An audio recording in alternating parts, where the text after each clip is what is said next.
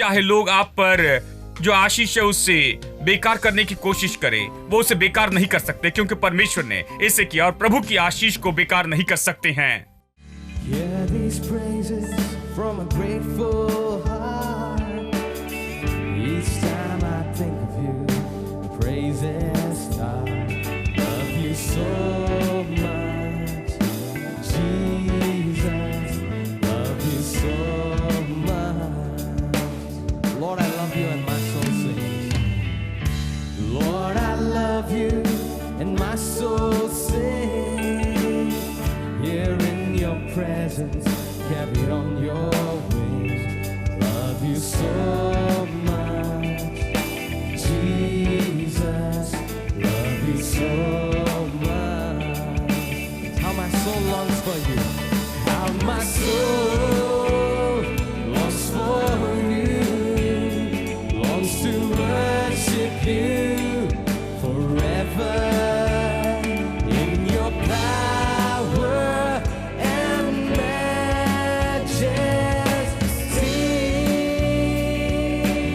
With lifted hands, lift my hands, lift my heart, lift my voice toward the heavens.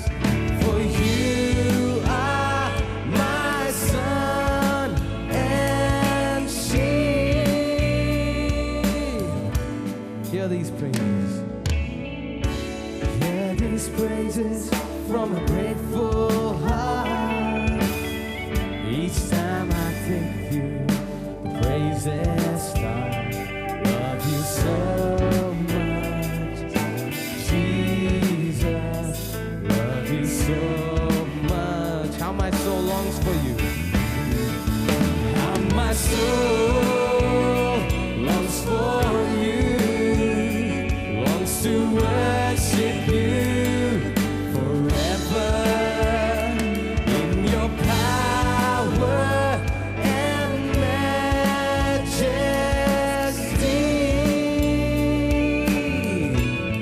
Lift my hands, lift my hands, lift my heart, lift my voice toward the heavens. For you are my sun and shield. How my soul it longs for you. How my soul longs for you. Longs to worship you forever. In your power and majesty.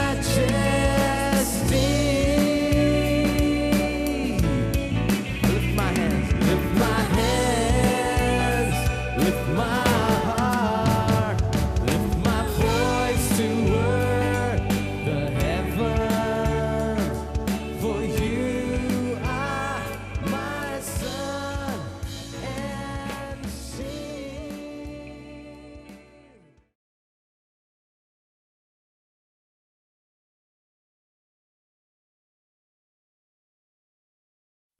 हम ये point को साबित कर रहे थे कि श्राप असली हैं और आशीष भी असली हैं।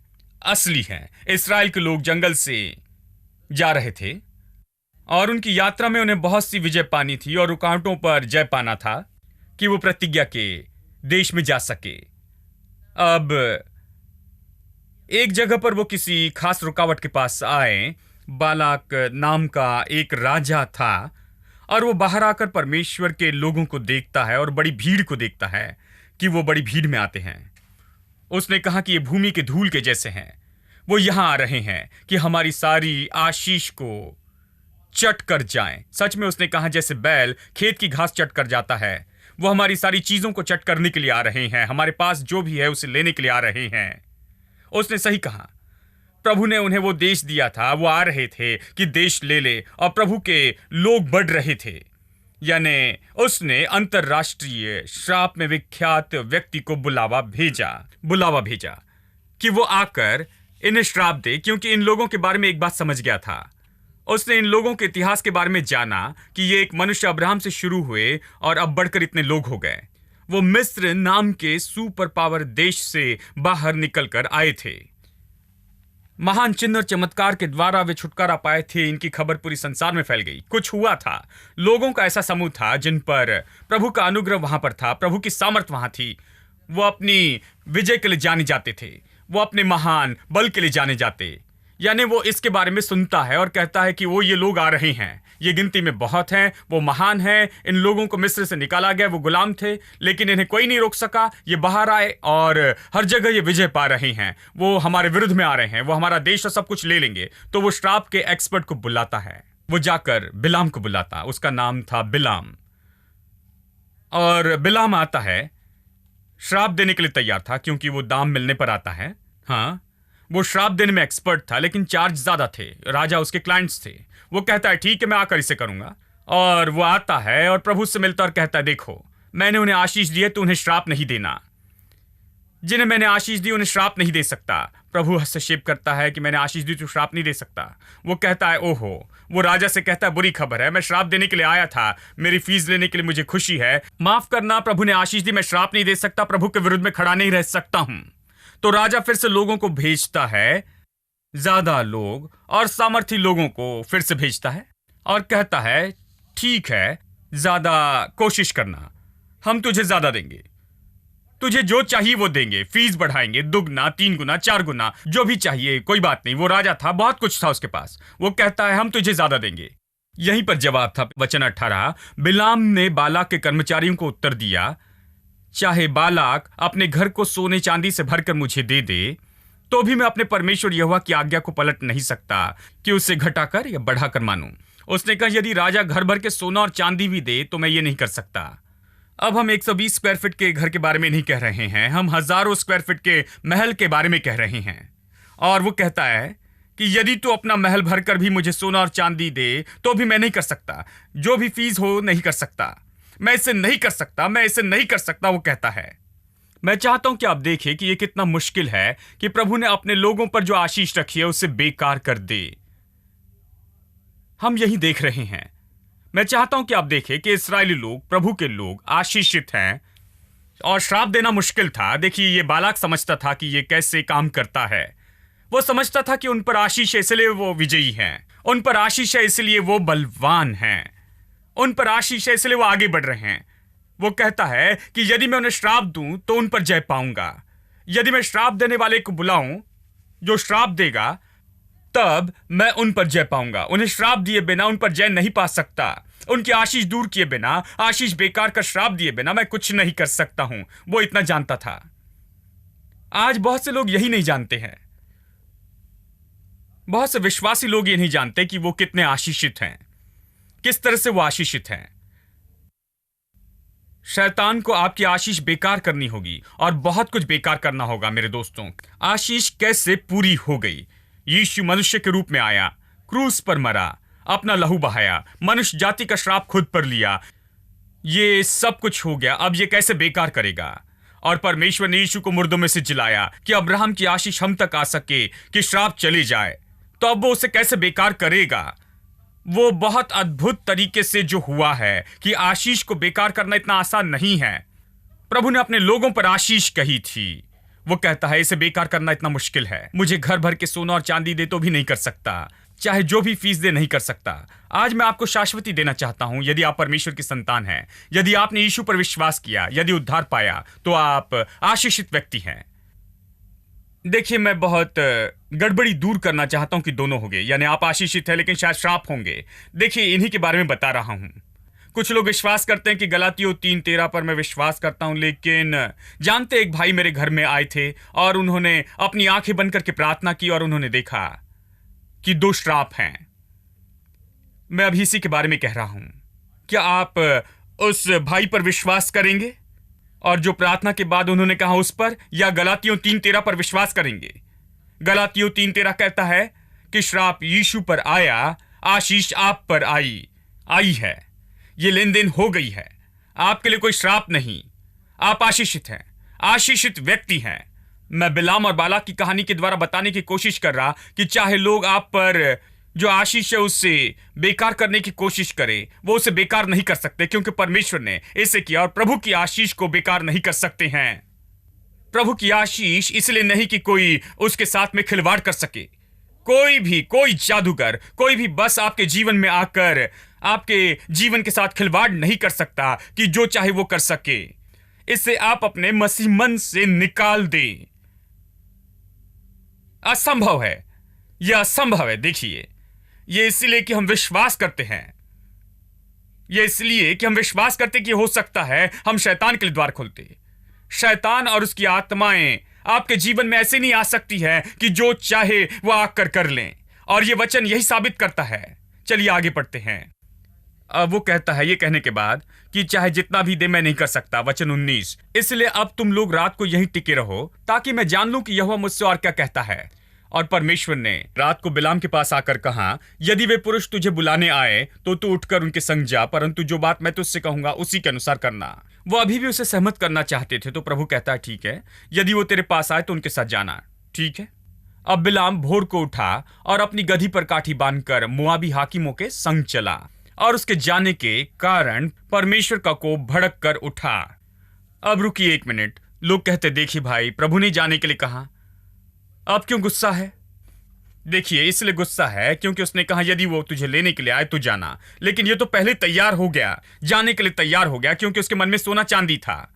वो सोना और चांदी के बारे में मनन कर रहा था। घर भर कर सोना और चांदी, मेरे प्रभु कितना अच्छा मौका है, प्रभु मुझे श्राप देने नहीं देगा। उसने कहा यदि वो तुझे बुलाए तो उन लोगों के साथ जाना। तो उनके बुलाने के पहले ये तैयार हुआ और उसके बुलाए जाने के पहले चला। यही समस्या, तो प्रभु उस पर क्रोधित हुआ। अब इसे सुनिए, और यहोवा का दूत उसका विरोध करने के लिए मार्ग रोक कर खड़ा हो गया। वो मार्ग रोक कर खड़ा हो गया। अब प्रभु आपकी ओर से है तो आप भाग्यवान व्यक्ति हैं। अब वो गधी पर सवार होकर जा रहा था। उसके लिए कुछ भी काम नहीं कर रहा था, क्योंकि प्रभु उसके विरुद्ध में था। वो गधी पर सवार होकर जा रहा था और उसके संग 2 सेवक भी थे, और उस गधी को यहोवा का दूत मार्ग में खड़ा दिखाई पड़ा। अब गधी के पास ज्यादा समझ थी, अच्छा प्रकाशन था इस भविष्यवक्ता से, इस व्यक्ति से ज्यादा। और उस गधी को यहोवा का दूत हाथ में नंगी तलवार लिए हुए मार्ग में खड़ा दिखाई पड़ा। तब गधी मार्ग छोड़कर खेत में चली गई। तब बिलाम ने गधी को मारा कि वो मार्ग पर फिर आ जाए। तब यहोवा का दूत दाख की बारियों के बीच में गली में, जिसके दोनों ओर बारी की दीवार थी, यानी दोनों दीवारों के बीच में प्रभु का दूत खड़ा हो गया। उसने तलवार निकाली थी और बिलाम गधी पर आ रहा था। ठीक है। यहोवा के दूत को देखकर गधी दीवार से ऐसे सट गई कि बिलाम का पांव दीवार से दब गया। उसने कहा, आउच, जानते हो तुम क्या कर रही हो गधी? जानते हो मेरे पैर को दीवार से घिस रही है। तो उसने गधी को फिर से मारा। दूसरी बार गधी को मारता है। तब यहोवा का दूत आगे बढ़कर एक सकृस्तान पर खड़ा हुआ, जहां न तो दाहिने हटने की जगह थी और न बाईं ओर। वह यहोवा के दूत को देखकर गधी बिलाम को लिए दिए बैठ गई। फिर तो बिलाम का कोप भड़क उठा और उसने गधी को लाठी से मारा। अब तीसरी बार सुनिए क्या होता है, यह बहुत दिलचस्प है। तब यहोवा ने गधी का मुंह खोल दिया। ये बहुत दिलचस्प है। आप कभी कल्पना नहीं कर सकते कि गधी इतनी बुद्धिमानी से काम करेगी। तब यहोवा ने गधी का मुंह खोल दिया और वो बिलाम से कहने लगी, मैंने तेरा क्या किया है? आपको कैसे लगेगा कि अचानक आपकी गधी आपसे बातें करने लगी हैं? मैंने तेरा क्या किया है कि तूने मुझे 3 बार मारा? बिलाम ने गधी से कहा। अब वो गधी से बातें करता है। मतलब ये तो पूरी तरह चकित हो गया होगा। गधी उससे बातें कर रही है और वो गधी से बातें कर रहा है। सब कुछ गड़बड़ी में था, पूरी तरह गड़बड़ी में था, क्योंकि प्रभु आशीषित लोगों की रक्षा करने की कोशिश कर रहा था। और यह आदमी ये तो सोना और चांदी चाहता था, सोना और चांदी से भरा घर चाहता था। श्राप देने का पहला मौका देख रहा था कि पैसे लेकर वो वापस आए, और प्रभु निश्चित कर रहा था कि वो श्राप कहने से पहले ही उसे रोक दे। प्रभु अपने लोगों के लिए काम कर रहा था। और बिलाम ने गधी से कहा, यह कि तू मुझसे नटखटी की, यदि मेरे हाथ में तलवार होती तो मैं तुझे अभी मार डालता। उसने कहा, तूने मेरे पैर को दीवार से घिसा और मुझे इतनी परेशानी दी, और यदि आज मेरे हाथ में तलवार होती तो मैं तुझे मार डालता। उसने गधी से यही कहा। गधी ने बिलाम से कहा, क्या मैं तेरी वही गधी नहीं जिस पर तू जन्म से आज तक चढ़ता आया है? देखिए गधी कितनी अच्छे से बातें करती है, क्या मैं तुझसे कभी ऐसा करती थी? क्या मैंने कभी तेरे संग ऐसा किया? जब से मैं तेरे साथ हूं तब से मुझ पर सवारी करता है। क्या मैंने कभी ऐसा तेरे साथ किया है? उसने कहा, नहीं। वो गधी को जवाब दे रहा है। परमेश्वर ने उसे गधी से बातें करने लगाया है। तब यहोवा ने बिलाम की आंखें खोली। अब उसकी आंखें खुल गई। कई बार प्रभु लोगों की आंखों से जल्दी गधी की आंखें खोलता है। कई बार लोग देखना नहीं चाहते हैं, वो विश्वास नहीं करना चाहते क्योंकि आंखों में कुछ और होता है। सोना और चांदी उनकी आंखों को अंधा करता है, वो स्वर्गदूत को नहीं देख पाते हैं। यानी अब वो परेशानी में है। अब गधी बात कर रही है। वो सोच रहा है कि क्या हो रहा है। अभी प्रभु उसकी आंखें खोलता है क्योंकि वो अच्छी तरह से ध्यान दे सकता है। तब यहोवा ने बिलाम की आंखें खोली और उसको यहोवा का दूत हाथ में नंगी तलवार लिए हुए मार्ग में खड़ा दिखाई पड़ा। तब वो झुक गया और मुंह के बल गिर करके दंडवत की। यहोवा के दूत ने उससे कहा, तूने अपनी गधी को 3 बार क्यों मारा? सुन, तेरा विरोध करने को मैं ही आया हूं, इसलिए कि तू मेरे सामने उल्टी चाल चलता है। और ये गधी मुझे देखकर मेरे सामने से 3 बार हट गई। यदि वो मेरे सामने से हट न जाती तो निस्संदेह मैं अब तक तुझे तो मार डालता, परंतु उसको जीवित छोड़ देता। उसने कहा, गधी को छोड़ देता और तुझे मार देता। यदि गधी नहीं रुकती तो मैं तुझे मार देता और गधी को जीवित छोड़ देता। उसने कहा। तब बिलाम ने यहोवा के दूत से कहा, मैंने पाप किया है। मैं नहीं जानता था कि तू मेरा सामना करने को मार्ग में खड़ा है, इसलिए अब यदि तुझे बुरा लगता है तो मैं लौट जाता हूं। अब वो सोने और चांदी की आशा कर रहा था। फिर सोचा कि यदि प्रभु तलवार लिए मेरे विरुद्ध में है तो अच्छा है कि मैं अपनी जान बचा लूं। तो वो कहता, अब यदि तुझे बुरा लगता है तो मैं लौट जाता हूं। यहोवा के दूत ने बिलाम से कहा, उन पुरुषों के संग तू चला जा, परंतु केवल वही बात कहना जो मैं तुझे कहूंगा। तब बिलाम बालाक के हाकिमों के संग चला गया। यह सुनकर कि बिलाम आ रहा है, क्या यह अद्भुत नहीं कि प्रभु ने गधी को बोलने लगाया? किसी ने कहा, प्रभु गधे को बोलने लगा देता है। वो किसी का भी उपयोग कर सकता है। प्रभु गधों का नहीं लेकिन लोगों का उपयोग करना चाहता है, क्योंकि यह गधा जो गधी पर बैठा था वो नहीं सुन रहा था। प्रभु को पहले गधी से बातें करनी पड़ी और फिर इसकी आंखें खोल दी, क्योंकि यह गधा गधी पर बैठा था, वो अच्छा नहीं था। वो यही समस्या है। प्रभु गधों का उपयोग नहीं करना चाहता। प्रभु गधों को बुलाकर उन्हें अभिषेक नहीं देता, जानते हैं। लेकिन कई बार प्रभु के पास केवल गधा होता है, क्योंकि उसके ऊपर बैठा मनुष्य अच्छा नहीं। उसका मन पैसों पर लगा है, यानी ये इसी तरह होता है। तो प्रभु गधा और घोड़ों और कुत्तों का उपयोग नहीं करता है, प्रभु लोगों का उपयोग करना चाहता है। यह सुनकर कि बिलाम आ रहा है, बालाक उससे भेंट करने के लिए मोआब के उस नगर तक जो उस देश की अर्नेन वाली सीमा पर है। बालाक ने बिलाम से कहा, क्या मैंने बड़ी आशा से तुझे नहीं बुलवा भेजा था? फिर तू मेरे पास क्यों नहीं आया? क्या मैं इस योग्य नहीं? उसने कहा, यदि तू आता तो जितना चाहे पैसे देता। मैं चाहता हूं कि लोग श्रापित हो, क्योंकि मैं उन लोगों को नाश करना चाहता हूं। उन पर आशीष है और जब तक आशीष है मैं ये नहीं कर सकता हूं। तू मेरे पास आना था क्योंकि मैंने तुझे बुलाया था। देखिए, वो कहता है, वचन 38 में कहता है, बिलाम ने बालाक से कहा, देख मैं तेरे पास आया तो हूं, परंतु अब क्या मैं कुछ कह सकता हूं? जो बात परमेश्वर मेरे मुंह में डालेगा वही बात मैं कहूंगा। वो कहता, मैं तेरे पास आया हूं लेकिन मेरे पास कोई सामर्थ नहीं है, क्योंकि प्रभु जो कहता है मैं वही कह सकता हूं। तब बिलाम बालाक के संग संग चला और वे किर्यत हुसोत तक आए। और बालाक ने बैल और भेड़ बकरियों को बलि किया और बिलाम और उसके साथ के हाकिमों के पास भेजा। भोर को बालाक बिलाम को बाल के ऊंचे स्थानों पर चढ़ा ले गया और वहां से उसको सब इस्राएली लोग दिखाई पड़े। तब बिलाम ने बालाक से कहा, यहाँ पर मेरे लिए 7 वेदियां बनवा और इस स्थान पर 7 बछड़े और 7 मेंढे तैयार कर। तब बालाक ने बिलाम के कहने के अनुसार किया और बालाक और बिलाम ने मिलकर प्रत्येक वेदी पर एक एक बछड़ा और एक मेढ़ा चढ़ाया। फिर बिलाम ने कहा, तू अपने होम बलि के पास खड़ा रहे और मैं जाता हूं। संभव है कि यहोवा मुझसे भेंट करने को आए और जो कुछ वो मुझ पर प्रकाशित करेगा वही मैं तुझको बताऊंगा। तब वो एक मुंडे पहाड़ पर चढ़ गया और परमेश्वर बिलाम से मिला और बिलाम ने उससे कहा, मैंने 7 वेदियां तैयार की हैं और प्रत्येक वेदी पर एक बछड़ा और एक मेढ़ा चढ़ाया है। यहोवा ने बिलाम के मुंह में एक बात डाली और कहा, बालाक के पास वापस जाओ, यूं कहना। और वो उसके पास लौट कर आया और क्या देखता है कि वो सारे मोआबी हाकिमों समेत अपने होम बलि के पास खड़ा है। उसने कहा, इसे सुनिए, बालाक ने मुझे आराम से अर्थात मोआब के राजा ने मुझे पूर्व के पहाड़ों से बुलवा भेजा। आ मेरे लिए याकूब को श्राप दे, आ इस्राएल को धमकी दे, परंतु जिन्हें परमेश्वर ने श्राप नहीं दिया उन्हें मैं क्यों श्राप दूं? जिन्हें परमेश्वर ने श्राप नहीं दिया उन्हें मैं कैसे श्राप दूं, और जिन्हें यहोवा ने धमकी नहीं दी उन्हें मैं कैसे धमकी दूं। चट्टानों की चोटी पर से भी मुझे दिखाई पड़ते हैं, पहाड़ों पर से मैं उनको देखता हूं। वो ऐसी जाति जो अकेली बसी रहेगी। दूसरे शब्दों में वो कहता है ये लोग किसी के साथ नहीं रहेंगे, वो सब लोगों को चित्र से दूर करेंगे, वे खुद अकेले सारी जगह ले लेंगे और अन्य जातियों से अलग गिनी जाएगी। ये अन्य जातियों से अलग गिनी जाएगी। याकूब के धूल के किनकों को कौन गिन सकता है, या इस्राएल की चौथाई की गिनती कौन कर सकता है। सौभाग्य यदि मेरी मृत्यु धर्मियों की सी और मेरा अंत भी उन्हीं के समान हो, इस्राएलियों जैसे, आशीषित लोगों जैसे। तब बालाम ने बिलाम से कहा, तूने मुझसे क्या किया? मैंने तुझे अपने शत्रुओं को श्राप देने को बुलवाया था, परंतु तूने उन्हें आशीष ही आशीष दी है। उसने कहा, देख मैंने तुझे लाया और तुझे मेढ़े और बैल और सब कुछ दिया, और जो तू चाहता वही किया, और तूने उन्हें बहुतायत से आशीष दी है। वो कहता है, मैंने तुझे शत्रुओं को श्राप देने के लिए बुलाया, तूने आशीष दी। उसने कहा, जो बात यहोवा ने मुझे सिखलाई, क्या मुझे उसी को सावधानी से बोलना नहीं चाहिए? बालाक ने उससे कहा, मेरे संग दूसरे स्थान पर चल, जहां से वे तुझे दिखाई देंगे। कहा, यह जगह ही गलत है।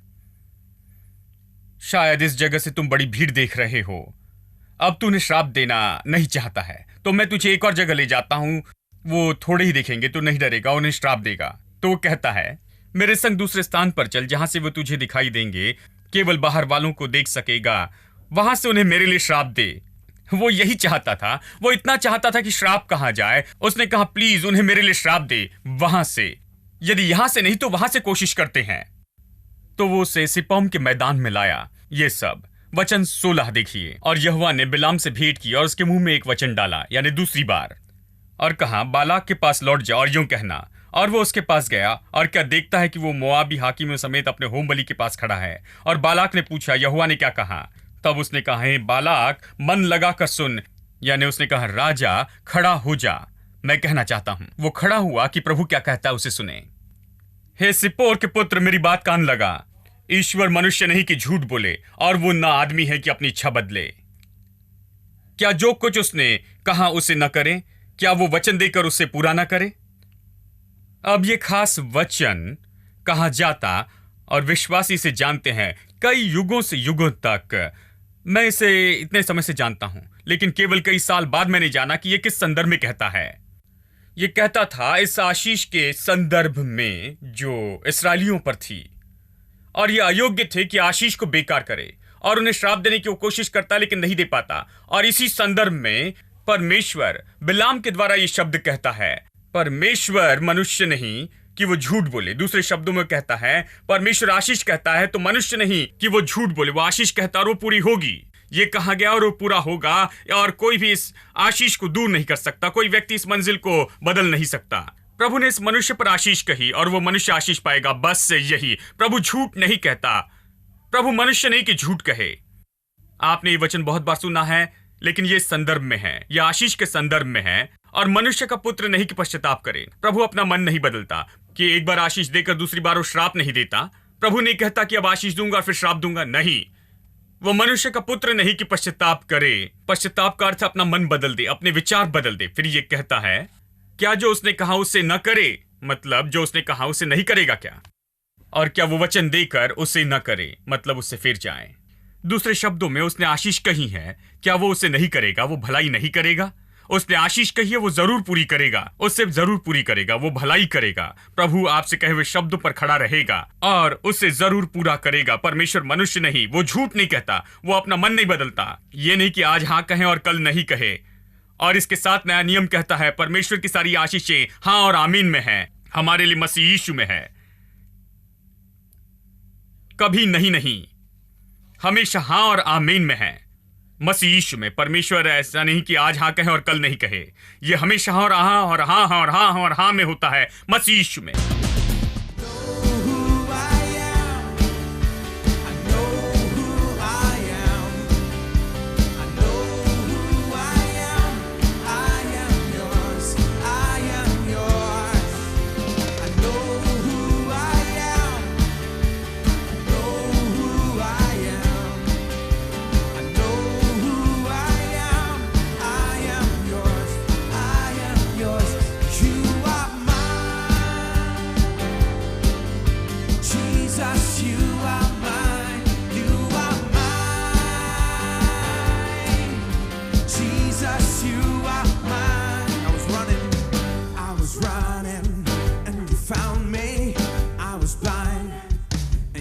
made me sigh.